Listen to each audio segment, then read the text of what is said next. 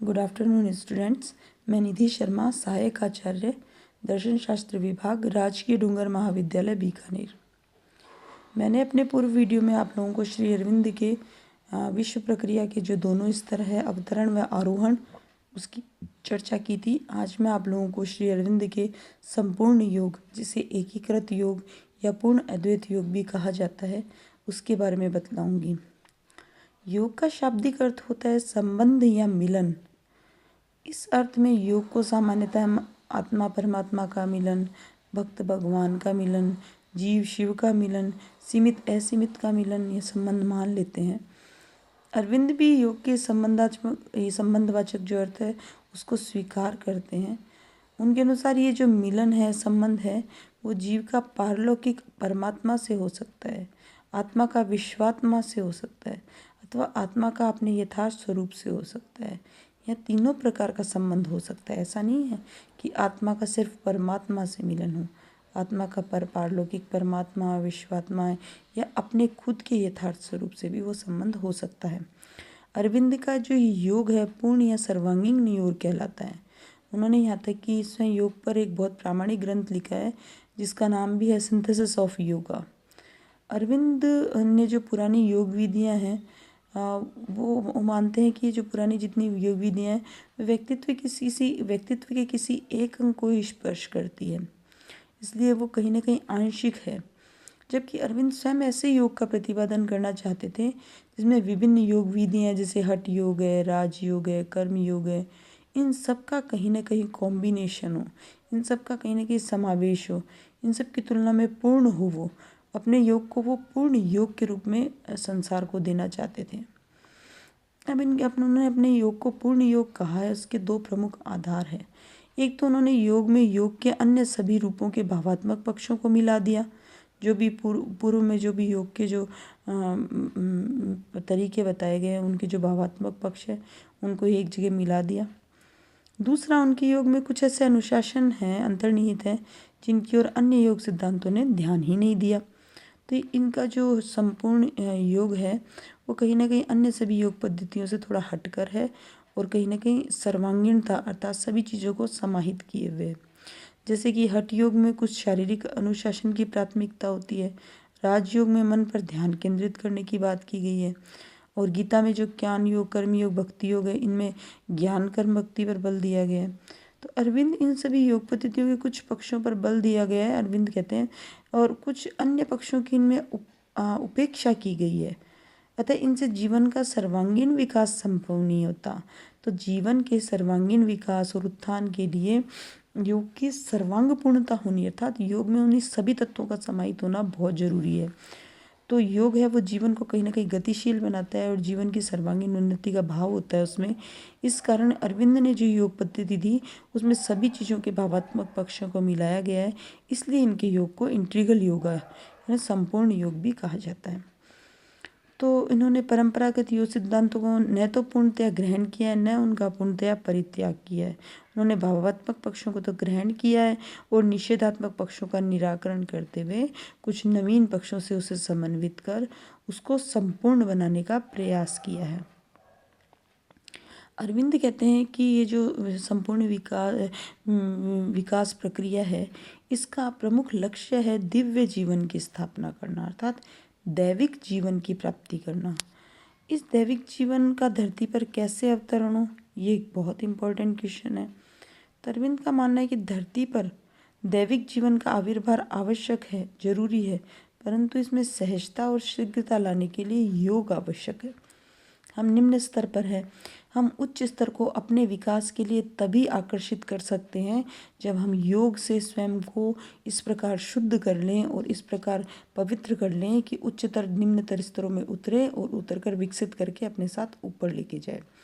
परंतु हमारा जीवन है वो बाह्य उन्मुखी होता है। हम न अधिकतर इधर उधर की समस्याओं में उलझ जाते हैं, तो हमारी जो विकास प्रक्रिया है वो ढीली पड़ जाती है, वो धीमी भी पड़ जाती है। तो जब तक हम इस बाह्य उन्मुखता को दूर करके ने अपनी आंतरिकता, आध्यात्मिकता को नहीं जगाएंगे, तब तक ये जो विश्व की विकास प्रक्रिया है ये भी कहीं ना कहीं धुंधली ही रहेगी। तो योग है वो उस विश्व की विकास प्रक्रिया को तीव्रता लाने के लिए, उसमें स्पष्टता लाने के लिए योग बहुत जरूरी है। योग मानव जीवन की आध्यात्मिकता में भी तीव्रता ला देता है। कहा भी जाता है कि चरम सत्ता से अलगाव मानव का सबसे बड़ा अशुभ है। योग के माध्यम से इस अलगाव से ऊपर उठकर ससीम और असीम के मौलिक एकत्व को पा लेना ही जीवन का लक्ष्य है। हमें लगाव या मोह नहीं, अपितु ससीम असीम का क्या भेद है और क्या उनमें मौलिक एकत्व है, इसकी पहचान होनी चाहिए।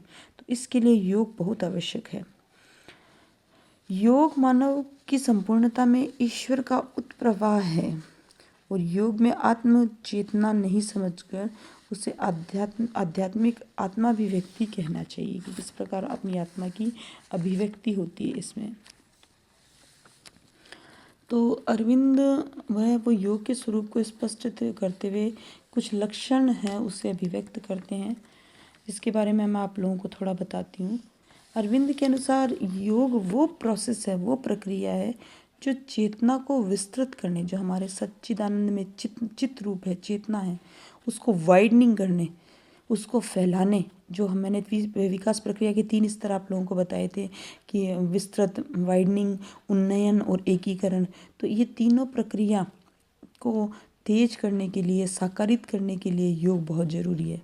योग इन सारी प्रक्रियाओं में सहायता देता है, इसलिए अरविंद इसे पूर्ण योग की संज्ञा देते हैं। श्री अरविंद का मानना है कि योग में हमें कुछ विशेष शक्तियाँ प्राप्त होती है, परंतु वह सर्वसाधारण के लिए कठिन और दुर्लभ होती है। इसलिए अरविंद सर्वसाधारण के लिए सुलभ आंतरिक योग के रूपों का विवरण प्रस्तुत करते हैं। कहते हैं कि हठ योग आसन व प्राणायाम पर बल देता है। अरविंद के योग में जो कि आंतरिक अनुशासन है, इसमें हठ योग के बहुत पक्षों के साथ साथ अन्य जो योगिक सिद्धांत हैं उनको भी समाहित कर लिया गया है, ताकि सबकी सर्वांगीण उन्नति है वो संभव हो सके। कुछ लोग हैं जो हठ योग भी ढंग से नहीं कर पाते, आसन प्राणायाम, उनका भी किस प्रकार उन्नयन हो, इसका भी अरविंद ने ध्यान रखा है। सामान्यतः योगियों की जगत के प्रति निषेधात्मक प्रवृत्ति होती है। जैसे पतंजलि के अनुसार योग का लक्ष्य विवेक ज्ञान की प्राप्ति है, जिसमें आत्मा अनात्मा के भेद का स्पष्ट ज्ञान हो जाता है। परंतु अरविंद का ये कहना है कि ये जो योग का लक्ष्य है, ये कोई भेद ज्ञान नहीं है, ये कोई निषेधात्मक ज्ञान नहीं है, बल्कि अनात्म में भी आत्म रूप को देखो। ये जो संसार में जितना ज्ञान है, अज्ञान में भी इस ज्ञान रूप को खोजो, अज्ञान में भी इस ज्ञान रूप की छवि को लाना, अनात्म में भी आत्म रूप की आध्यात्मिकता की पहचान करना है, वो योग है। योग के विभिन्न सिद्धांतों में प्राय भौतिक और शारीरिक स्तर का निषेध कर उससे ऊपर उठने की बात कही जाती है। बिल्कुल, हम कहते भी हैं कि मनुष्य को भौतिक और शारीरिक पक्ष है, इनका निषेध करना, का निषेध करके भौतिक पक्ष में लालसा को ख़त्म करके फिर ऊपर उठना चाहिए। तो कहीं ना कहीं हम न चाहते हुए भी हम बहुत सारे सिद्धांतों में भी देखते हैं कि कहीं ना कहीं शारीरिक पक्ष का निषेध या अवमूल्यन की बात होती है, बल्कि उसको भी अति मानसिक प्रकार से रूपांतरित करना चाहिए।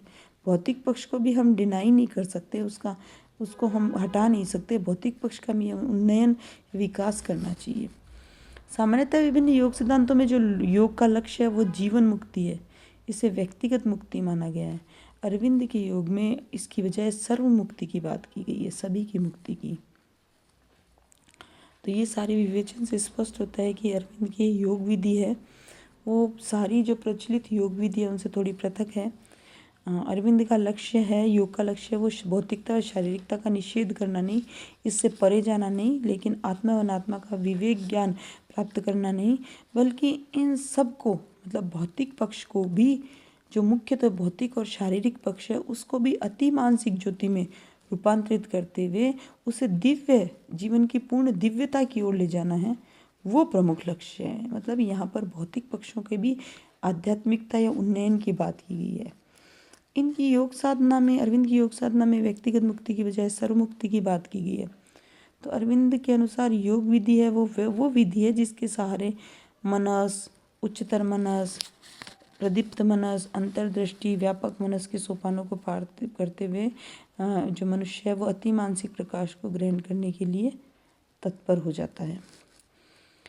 तो अब हम बात करेंगे कि मानव का अति मानव में रूपांतरण और अति मानसिक दिव्यता में उसकी सत्ता की स्थापना के लक्ष्य से जो अरविंद है उन्होंने भी योग विधि में रूपांतरण के 3 स्तरों की बात की है, ये रूपांतरण के 3 स्तर हैं, वो क्या क्या है, इसके बारे में हम अभी चर्चा करेंगे। मेरे अगले वीडियो में मैं आप लोगों को बताऊंगी। Thank you.